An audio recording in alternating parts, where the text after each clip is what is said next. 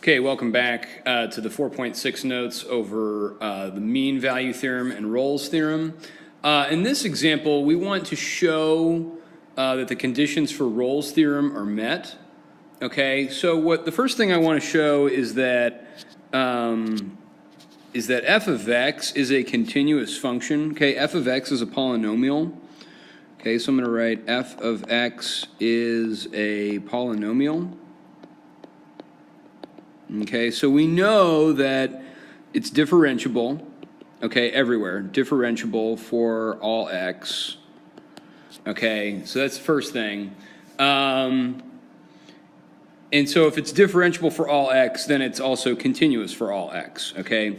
So the one thing I want to do is I want to show that the average rate of change of this function is 0. So let's go ahead and let's calculate over here. I'm going to go off the page a little bit. Let's calculate f of 3. Okay, and if I calculate f of 3, that's 3 squared minus 3 minus 6. And so that's going to give me 9 minus 3 minus 6. And so that's actually going to give me 0. Okay, and then I want to calculate f of negative 2. Okay, and if I calculate that, I get the quantity negative 2 squared minus 2 minus 6. So this gives me positive 4, or no, this should be positive 2. So this gives me positive 4 plus 2 minus 6. And so I get 6 minus 6, which also gives me 0. So what I also know, not only do I know is it differentiable for all x and it's continuous for all x, but I know that f of 3 is equal to f of negative 2, okay? Now, let's find our average rate of change here, okay? And let's go ahead and do f of 3 minus f of 0, or I'm sorry, not f of 0, f of negative 2.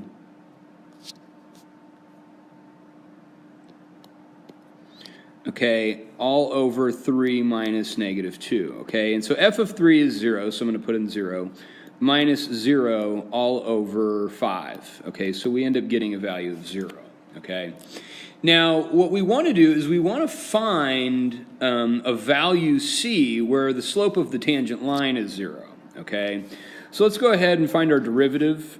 And if I find f prime of x, that's going to give me 2x minus 1, okay? And what I want to do is I want to set my derivative equal to 0, and I'm going to put in a value for c, and let's go ahead and find and solve for c. So I'm going to add 1 to both sides, add 1, so I get 2c is equal to 1 divided by 2 divided by 2, and so I get that c is equal to 1/2, okay? And that is a value that is in between negative 2 and 3, okay? So this works, okay? So what we can conclude here is that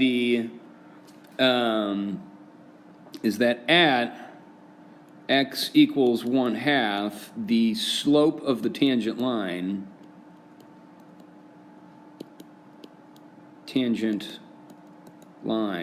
is 0, okay? So let's go ahead and go to the next page, all right? Okay, on the second page, you were given a function, f of x is equal to 3 minus 5 over x on the interval from 1 to 5, okay? So here's my x value of 1, okay, here's my x value of 5, and so part A says the graph of f is shown on the right. Visually, what is the mean value theorem trying to find? Draw it in. So what I want to do is I want to go in at 1 and find a point, and then go in at 5 and find that point, okay? And what I'm going to do is I'm trying to show that the slope of the tangent line, or slope of the secant line, okay, and so that this m here is equal to f of 5 minus f of 1 over 5 minus 1. okay?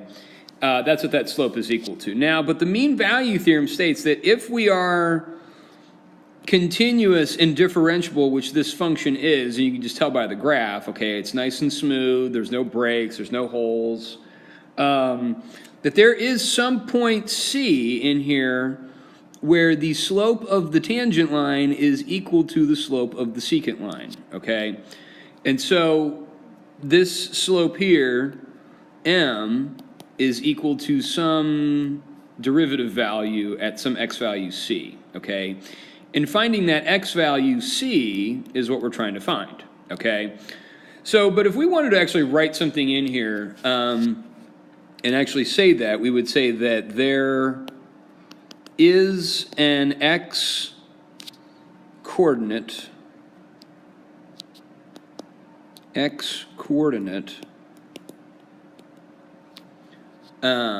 where x equals c, where the slope of the tangent line, f prime of c, is equal to the average rate of change, slope of the secant line. So f of b minus f of a. And let's not write b, let's actually put in 5 and 1. Okay? So f of 5 minus f of 1 over 5 minus 1. Okay, so what we want to do now is actually show that the mean value theorem applies and find the C value that the theorem guarantees, okay? So, you know, we know that f of x is continuous on the closed interval from 1 to 5, okay? It's differentiable on the open interval from 1 to 5, okay? And so,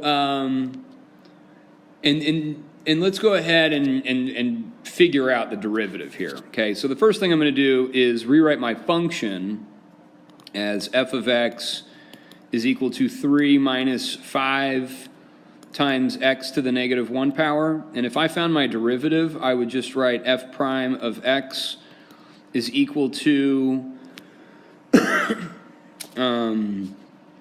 positive 5 times x to the negative 2, which is really just 5 over x squared, okay? Now, the one thing I do want to do here is calculate my slope of the tangent line. So I'm going to do that, and if I find f of 5 minus f of 1 over 5 minus 1, then that's just going to be f of 5 is positive 2, okay? That's that point right here, okay? And then f of 1 is negative 2. So I'm going to subtract negative 2, and then this is all over 5 minus 1, which is 4. So we're going to end up getting 2 plus 2, which is 4 over 4. So we end up getting that's 1, okay? And so what we want to do is we want to say, or we want to set our average rate of change, which is 1, equal to our derivative. So our average rate of change is 1, set it equal to our derivative, and I'm going to do this. I'm going to do 5 over c squared. I'm going to plug in c.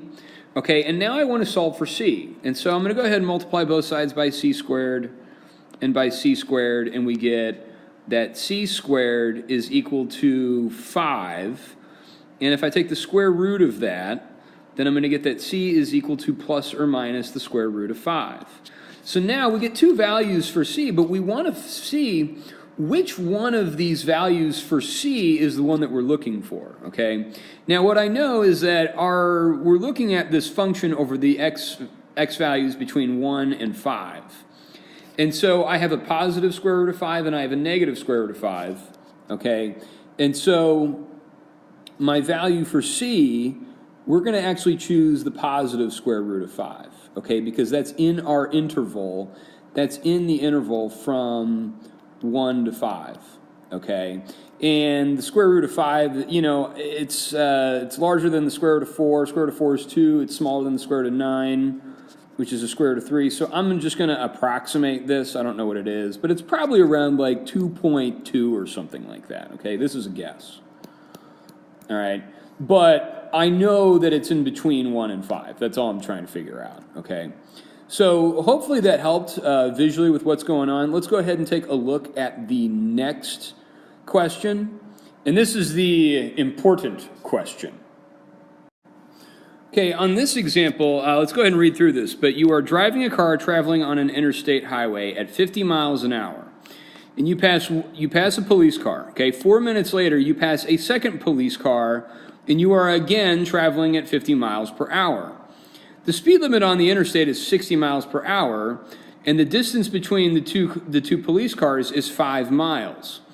The patrolman in the second police car gives you a speeding ticket for driving 75 miles an hour, which is a little outrageous if you ask me. Okay, and then it says, how can he prove that you were speeding? Okay, so let's think about something here, all right? The mean value theorem states that the instantaneous rate of change, okay, rate of change, is equal to the average rate of change, okay? And so if I were to think about this in terms of average rate of change, I would say that the instantaneous rate of change, as I would write it as f prime of c, is equal to the average rate of change. And that's the total distance, okay, divided by the total time. Okay? And so what we know here is we know that f prime of c is equal to, and the total distance that was traveled was, what was that, 5 miles? Okay, the distance between the cars is 5 miles, so I know that this is 5 miles. And then we're going to divide that by 4 minutes, okay? But then I'm going to multiply that by 1 over 60 to turn that into miles per hour. And so what I end up getting here is I end up getting that f prime of c is equal to, okay, so f prime of c is equal to 5 divided by 4 over 60, okay? And 4 over 60, that simplifies to 1 over 15, okay? And so I can rewrite this as 5 times 15. So I end up getting that f prime of c is equal to 75, and this is in miles per hour. Okay, I changed this, this over here was in miles per minute, and I had to change this into hours, so this is 1 hour per 60 minutes, okay? And so, and we know that speed is a continuous function, okay? We know that at some point, okay, we were traveling at 75 miles an hour, okay? We were traveling at 75 miles per hour. Now, I think I told you about this. You know, you get pulled over by a cop and you're going, hey, well, wait a minute. How exactly are you calculating my speed? Is this an average rate of change? Or is this an instantaneous rate of change? Okay, and so you can go in theoretically and fight this, all right? So you foolishly argue with the patrolman who is writing your speeding ticket, and then he recalls that his brother is currently taking a calculus class, and he has just learned about the mean value theorem and the intermediate value theorem, okay? And this is bad news.